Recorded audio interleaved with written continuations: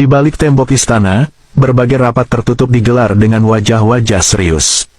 Presiden Prabowo duduk di ruang kerjanya yang sunyi, menatap laporan setebal hampir 2 inci, hasil audit besar-besaran yang baru saja diserahkan oleh Purbaya. Laporan itu berisi daftar nama-nama besar, dari politisi senior hingga pengusaha yang selama ini mengatur arah kebijakan negara dari balik layar. Prabowo membaca dengan seksama, setiap nama yang tertera di situ bukan sembarangan. Beberapa di antaranya adalah orang yang dulu pernah duduk satu meja dengannya saat perundingan besar di masa kampanye. Tapi kali ini, rasa segan disingkirkan. Ia menatap Purbaya yang duduk di hadapannya dan berkata tegas, "Lanjutkan, saya di belakangmu." Kalimat itu seperti bahan bakar bagi Purbaya, singkat, tapi mengguncang seluruh jantung kekuasaan. Sementara itu, di gedung parlemen, suasana berubah muram.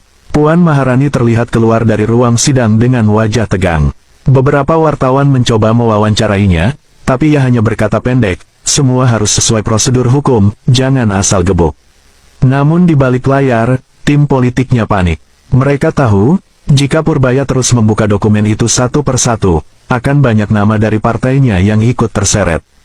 Mega pun dikabarkan mengadakan pertemuan mendadak di Toko Umar malam itu. Sumber internal menyebut, Mega sempat menegaskan kepada lingkar dalamnya, kalau ini dibiarkan, partai kita bisa habis di mata rakyat. Kita harus kendalikan narasinya sebelum dia, Purbaya, kendalikan opini publik. Namun, permainan lama itu tak lagi mudah dilakukan. Dunia digital kini dikuasai oleh suara rakyat, dan setiap langkah Purbaya selalu viral dalam hitungan jam. Di sisi lain, Purbaya tetap bergerak diam-diam. Ia membentuk tim independen di bawah koordinasi langsung Presiden. Tim itu diberi nama, Garuda Putih, dan anggotanya dipilih dari lintas lembaga, sebagian dari KPK, sebagian dari TNI, dan beberapa dari Badan Intelijen. Tidak ada satupun politisi yang tahu siapa saja anggota tim ini. Tujuannya jelas, membersihkan birokrasi tanpa bocor ke tangan mereka yang sedang diawasi. Malam hari, seorang jurnalis senior mengunggah tweet singkat yang membuat jagat politik gemetar. Ada operasi besar sedang berjalan. Nama-nama besar akan tumbang. Purbaya bukan main-main kali ini. Dalam waktu 24 jam, media sosial meledak.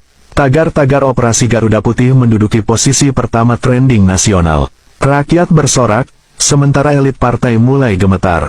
Purbaya tahu, ini baru awal. Ia baru saja menyalakan api kecil, dan api itu siap melahap seluruh kebusukan yang selama ini bersembunyi di balik dinding kekuasaan. Malam itu, langit Jakarta berwarna kelabu. Di kawasan Menteng, sebuah rumah tua bergaya kolonial berdiri megah dan sunyi, Toko Umar 27. Dari luar tampak sepi, tapi di dalamnya, suhu ruangan terasa membara. Lampu kristal bergetar ringan karena suara dentuman meja dari ruangan utama. Megawati Soekarnoputri berdiri di tengah lingkaran elit partainya dengan wajah merah padam. Di meja depan, tumpukan dokumen hasil investigasi Purbaya menumpuk. Beberapa di antaranya bertanda merah terindikasi korupsi struktural. Sudah berbulan-bulan dia, Purbaya, diam, sekarang tiba-tiba menyerang semua jaringan kita. Ini bukan investigasi, ini serangan politik. Suara Mega bergetar penuh emosi. Puan Maharani yang duduk di sampingnya hanya menunduk. Ia tampak lelah, bukan karena takut, tapi karena tahu, kali ini permainan lama mereka benar-benar terbaca. Salah satu petinggi partai mencoba menenangkan. Bu Mega, mungkin ini hanya strategi pemerintah untuk menguatkan posisi. Kita masih bisa negosiasi. Mega memotong tajam, negosiasi. Dengan siapa? Dengan anak muda yang sekarang didukung penuh Presiden. Purbaya bukan lagi birokrat kecil. Dia punya mandat penuh dan dia tahu di mana kelemahan kita. Suasana makin panas. Di luar ruangan, beberapa ajudan tampak sibuk memastikan tak ada satupun awak media mendekat. Tapi teknologi tak bisa dikendalikan. Salah satu staf muda yang hadir dalam rapat itu, diam-diam menyalakan ponsel dan merekam sebagian perdebatan, lalu mengirimkannya ke temannya yang seorang jurnalis. Dalam hitungan jam, potongan audio berisi suara Mega yang membentak, kalau dia teruskan ini, semua bisa hancur. Beredar di media sosial, jagat politik langsung meledak. Media mainstream menahan diri, tapi media independen dan akun-akun politik di X, Twitter, menyorot tajam. Tagar-tagar Megamurka dan tagar Puan Ketar-Ketir mendadak naik ke trending. Komentar publik pun pecah. Akhirnya, borok lama mulai kebuka. Purbaya kayak bom waktu, ngeri banget langkahnya. Sementara itu, di istana, Presiden Prabowo memantau perkembangan dengan wajah tenang. Di sampingnya, Purbaya berdiri menatap layar televisi yang menayangkan breaking news tentang bocornya rekaman Teuku Umar. Biar mereka panik dulu, kata Prabowo pelan, waktu kita akan tiba saat rakyat sudah melihat siapa sebenarnya yang merusak negara. Namun di sisi lain, Mega tak tinggal diam. Ia memanggil seorang tokoh senior yang dikenal lihai memainkan politik bayangan. Tugasnya sederhana tapi berbahaya, mencari cara menjatuhkan reputasi Purbaya di mata publik tanpa harus menyerang langsung presiden. Mereka menyebutnya, Operasi Asap, operasi propaganda senyap untuk membalikkan persepsi rakyat. Sayangnya, langkah itu justru berbalik arah. Di hari yang sama, Purbaya menggelar konferensi pers darurat. Dengan wajah tegas dan nada suara mantap, ia berkata di depan puluhan kamera. Tidak ada niat menjatuhkan siapapun. Saya hanya ingin negara ini bersih.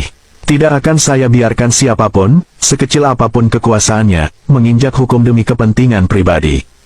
Kata-kata itu menghantam keras. Rakyat bersorak, media internasional mulai meliput, dan posisi Mega serta Puan makin tersudut. Istana mulai bersinar, sementara Teuku Umar diliputi ketakutan dan ketegangan. Malam itu, beberapa orang berkumpul dalam suasana tegang. Mereka adalah tim bayangan yang diberi mandat langsung dari lingkar Teuku Umar untuk menjalankan operasi asap, misi hitam untuk menggoyang citra Purbaya di mata publik. Targetnya sederhana, buat rakyat percaya bahwa Purbaya hanyalah boneka kekuasaan, bukan pahlawan reformasi. Mereka mulai menyebar isu di media sosial. Purbaya hanya cari panggung. Kasus ini diatur istana. Ada agenda terselubung di balik operasi bersih-bersih. Namun, strategi itu gagal total. Rakyat sudah keburu percaya dengan ketegasan Purbaya. Setiap kali isu baru dilempar, justru muncul ribuan komentar yang membela dirinya. Di TikTok, potongan video konferensi pers Purbaya menembus jutaan.